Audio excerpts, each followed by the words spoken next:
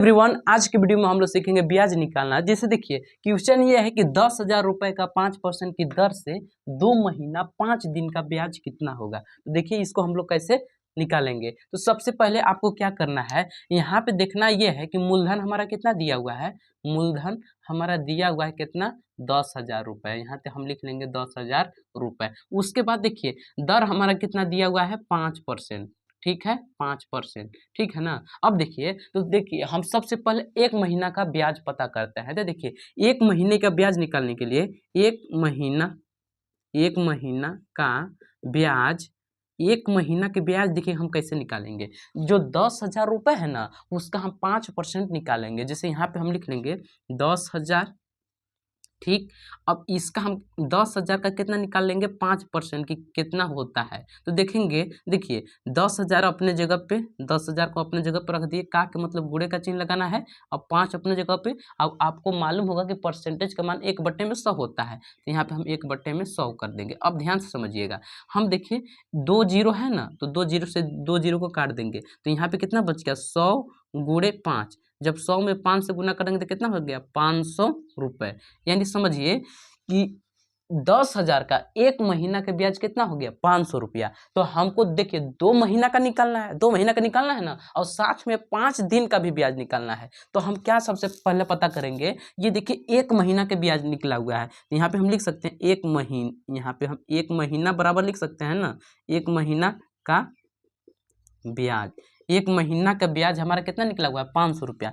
आपको मालूम होगा कि एक महीना में 30 दिन या 31 दिन होता है, तो हम यहाँ पे 30 दिन मान के चलते हैं। तो देखिए यहाँ पे हम क्या कर लेंगे, लिख सकते हैं ना, यहाँ पे क्या लिख सकते हैं, 1 गुणे 30 दिन लिख सकते हैं, ऐसे कि नहीं, ध्यान से समझिएगा।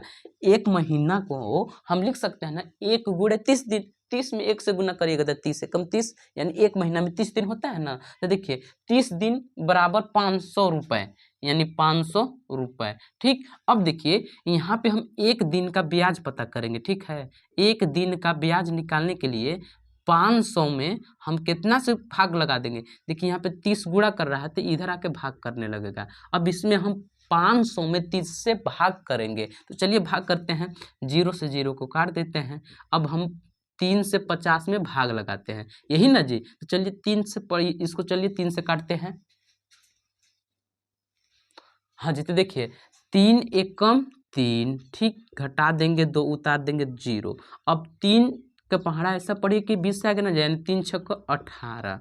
ठीक, घटा देंगे 2, फिर दशमलव लगा देंगे, फिर हो जाएगा 0। 3 छक्का 18, यानी 16 रुपया 6 पैसा आया। ये कितना दिन का ब्याज निकला हुआ है, एक दिन का। ठीक, एक दिन का ब्याज कितना निकल रहा है हमारा, 16 रुपया 6 पैसा। तो हमको कै दिन के ब्याज पता करना है, 5 दिन का। तो यहाँ पे हम लिख लेंगे 5 दिन बराबर 16.6 में हम 5 से गुणा कर देंगे।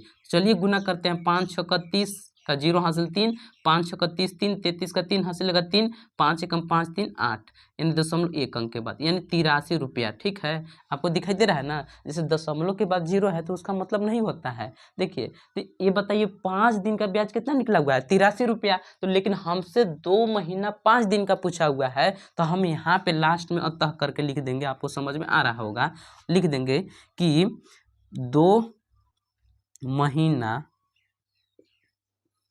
5 दिन का ब्याज बराबर, देखिए एक महीने का ब्याज हमारा 500 निकला हुआ है, तो 2 महीने के ब्याज कितना निकल जाएगा, 1000। तो 500 में हम 500 में 2 से गुना कर देंगे, 500 में 2 से गुणा कर देंगे, तो 5 दूना 10, और प्लस 5 दिन का ब्याज। देखिए ये 2 महीना का ब्याज निकालने के लिए हम 500 में 2 से गुणा कर दिए।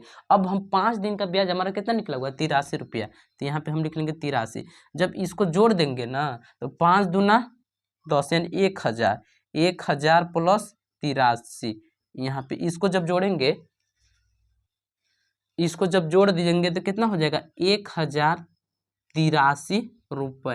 कितना हो जाएगा, 1083 रुपए। यानी 2 महीना 5 दिन का ब्याज कितना हो जाएगा, 1083 रुपए। उम्मीद करते होंगे कि आप ब्याज निकालना सीख गए होंगे। अगर वीडियो अच्छा लगा होगा तो वीडियो को लाइक कीजिएगा।